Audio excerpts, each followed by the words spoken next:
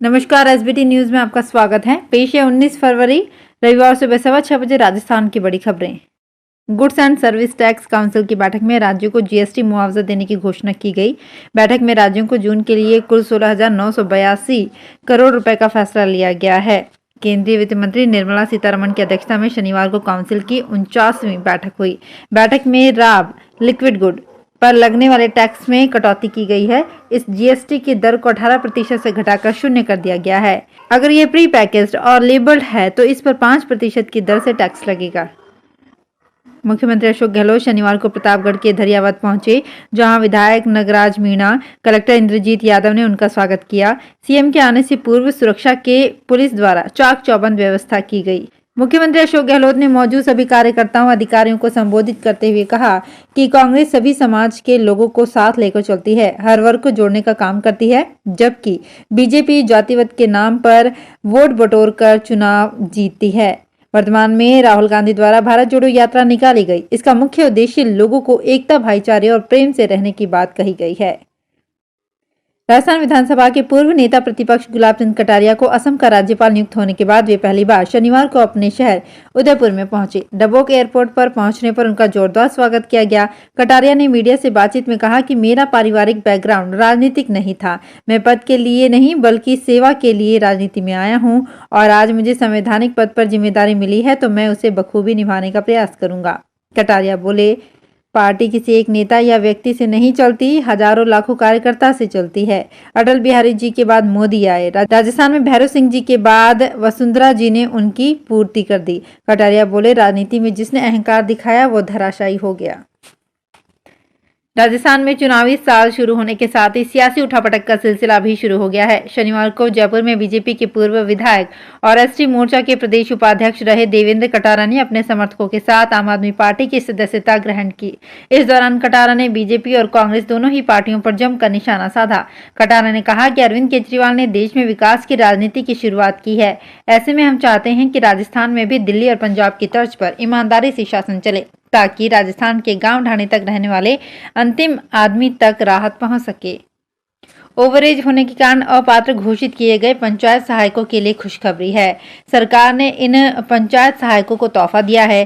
सरकार ने इनको आयु सीमा में छूट देते हुए विद्यालय सहायक के लिए पात्र माना है। इस संबंध में प्रारंभिक शिक्षा विभाग के शासन उप सचिव संजय माथुर ने निर्देश जारी कर दिए हैं। इस आदेश के बाद जयपुर जिले में तकरीबन 189 पंचायत सहायकों और 30 पैरा टीचर समेत प्रदेश के करीब 7,000 पंचायत सहायकों को विद्यालय सहायक के पद पर नियुक्ति मिलेगी। गौरतलब है कि लंबे समय से पंचायतों में संविदा पर लगे पंचायत सहायक सरकार से मानदेय बढ़ाने और स्थायी करने की मांग कर रहे थे। जेईई मेन अप्रैल सेशन की आवेदन प्रक्रिया जारी है। इस वर्ष 6 से 12 अप्रैल के बीच अप्रैल सेशन की परीक्षा होगी। आवेदन की अंतिम तिथि 12 मार्च रात 9 बजे तक रखी गई है। अप्रैल सेशन के लिए मात्र 3 दिन में 31,000 से अधिक नए स्टूडेंट्स आवेदन कर चुके हैं, जबकि पूर्व में 8,66,000 स्टूडेंट्स जेईई मेन जनवरी की बीई बीटेक परीक्षा के लिए आवेदन कर चुके हैं। झालावाड़ जिला प्रशासन एवं जिला रोजगार कार्यालय की ओर से 1 दिवसीय कौशल रोजगार एवं उद्यमिता शिविर आयोजित किया जा रहा है। ये शिविर 21 फरवरी को झालावाड़ शहर में गवर्नमेंट आईटीआई के परिसर में लगेगा। इसमें निजी क्षेत्र में रोजगार के विशेष अवसर हैं। प्राइवेट सेक्टर में नौकरी के लिए आवेदन लिए जाएंगे, जिनकी जांच होगी और उसके बाद सिलेक्ट हुए लोगों को नौकरी की सूचना दी जाएगी। जिला रोजगार अधिकारी मनोज कुमार पाठक ने बताया कि शिविर में युवाओं को trainee, machine operator, security guard, marketing executive, field officer आदि पदों पर रोजगार प्रदान करने के लिए कई निजी क्षेत्र की कंपनियां झालावाड़ आएंगी। जयपुर के मानसरोवर स्थित सिटी पार्क में 26 फरवरी को रोज शो का आयोजन होगा। The rose society of Rajasthan की ओर से होने वाले इस आयोजन में 500 से अधिक किस्मों के गुलाब शहरवासी देख सकेंगे। रोज शो की तैयारियों को लेकर आवासन मंडल मुख्यालय में बैठक हुई। आयुक्त पवन अरोड़ा ने बताया कि मुख्य सचिव उषा शर्मा कार्यक्रम की मुख्य अतिथि होंगी। उन्होंने बताया कि सिटी पार्क में फ्लावर शो एरिया विकसित किया गया है। हर वर्ष फरवरी में यहाँ रोज शो होता है। सोसाइटी के संरक्षक ईश्वर चंद्र श्रीवास्तव व जनरल सेक्रेटरी अनिल भार्गव ने बताया कि रोज शो अब तक सेंट्रल पार्क और यूथ हॉस्पिटल में होता रहा है। इस बार इसे सिटी पार्क में कराया जा रहा है। सोसाइटी का ये 48वां रोज शो होगा। मुख्यमंत्री अशोक गहलोत की 100 यूनिट बिजली फ्री करने की योजना से बीकानेर शहर के करीब 75,000 परिवारों का बिजली बिल शून्य हो सकता है। दरअसल इतनी बड़ी संख्या में बिजली बिल 100 यूनिट के अंदर ही रहता है, जिसे अब सरकार ने फ्री कर दिया है। हालांकि बीकानेर में बिजली आपूर्ति करने वाली कंपनी पर इसका कोई असर नहीं होगा, क्योंकि राज्य सरकार ये राशि कंपनी को देगी। गर्मी में बिजली का ज्यादा उपयोग होने के कारण ये संख्या घट सकती है, क्योंकि बिजली का उपभोग 100 यूनिट से ज्यादा होगा। दिल्ली म्यूनिसिपल कॉरपोरेशन के मेयर के चुनाव की तारीख आखिरकार फाइनल हो गई। भाजपा और आम आदमी पार्टी के बीच खींचतान के कारण 3 बार टल चुका ये चुनाव अब 22 फरवरी को सुबह 11 बजे से होगा। मुख्यमंत्री अरविंद केजरीवाल ने दोपहर 2 बजे उपराज्यपाल विनय सक्सेना को चुनाव की तारीख का प्रस्ताव भेजा और 2 घंटे बाद ही इसे मंजूरी मिल गई। आपको बता दें कि आपकी मेयर प्रत्याशी शैली ओबेरॉय ने सुप्रीम कोर्ट में याचिका लगाई थी। उन्होंने मनोनीत पार्षदों को मेयर चुनाव में वोटिंग राइट देने के उपराज्यपाल के फैसले को चुनौती दी थी। शैली ने कोर्ट से मांग की थी कि मेयर का चुनाव सुप्रीम कोर्ट की निगरानी में कराया जाए। न्यूनतम समर्थन मूल्य का गारंटी कानून बनाए जाने, पूर्वी राजस्थान नहर परियोजना को पूर्ण करने के लिए लागत का बजट में आवंटन करते हुए 13 जिले के सभी बांधों और नदियों को जोड़े जाने सहित विभिन्न मांगों को लेकर किसान महापंचायत 24 फरवरी से अपनी पदयात्रा का आगाज करने जा रही है। किसान महापंचायत के राष्ट्रीय अध्यक्ष रामपाल जाट ने कहा कि खेत को पानी, फसल को दाम जैसी सहज अपेक्षा भी केंद्र और राज्य के बजट में पूरी नहीं हो सकी है, जिसके चलते किसान अपनी मांगों को लेकर जयपुर तक पदयात्रा करेंगे। पदयात्रा 28 फरवरी को सुबह 11 बजे शहीद स्मारक पहुंचेगी। मौसम में तेजी से आए बदलाव से धौलपुर में जहां आम लोग भी चकित हैं, तो वहीं दूसरी तरफ किसानों की भी चिंता बढ़ गई है। खेतों में खड़ी गेहूं की फसल के लिए तेजी से बढ़ रहा पारा नुकसानदायक साबित होने की आशंका है।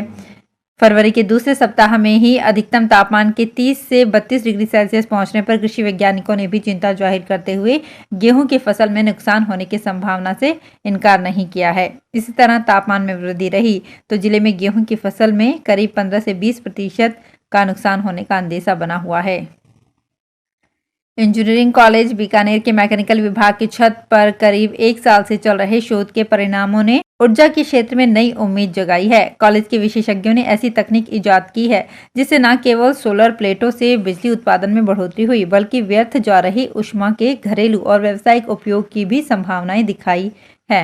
ईसीबी के प्रोफेसर डॉक्टर चंद्रशेखर राजौरिया और डॉक्टर धर्मेंद्र सिंह ने खास तकनीक के फोटोवोल्टेइक थर्मल सिस्टम का निर्माण किया है, जिससे सोलर प्लेटों के नीचे बनने वाली हीट का उपयोग भी हो सकेगा। सामाजिक न्याय एवं अधिकारिता विभाग की ओर से सामाजिक सुरक्षा पेंशन योजनाओं के लाभार्थियों को घर बैठे वार्षिक सत्यापन किए जाने के लिए RAJSSP मोबाइल ऐप को लॉन्च किया गया है। सामाजिक सुरक्षा पेंशनर्स के लिए ये सुविधा प्रदान करने वाला राजस्थान भारत भर में पहला राज्य है। इससे धौलपुर जिले के 1.5 लाख से अधिक पेंशनर्स को घर बैठे ही भौतिक सत्यापन की सुविधा मिल सकेगी।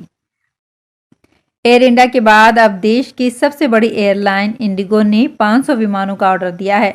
दरअसल इंडिगो ने टर्किश एयरलाइंस के साथ एक नई साझेदारी की अनाउंसमेंट की है, जो उसकी विस्तार योजनाओं का हिस्सा है। इंडिगो ने एयरबस और बोइंग को लगभग 500 विमानों का ऑर्डर पहले ही दिया था। एयरलाइन के इस कदम से भारत से इस्तांबुल और उसके बाहर पैसेंजर्स सर्विसेज में सुधार होने की उम्मीद है। तो फिलहाल इस बुलेटिन में इतना ही, फिर हाजिर होंगे कुछ और बड़ी खबरों के साथ।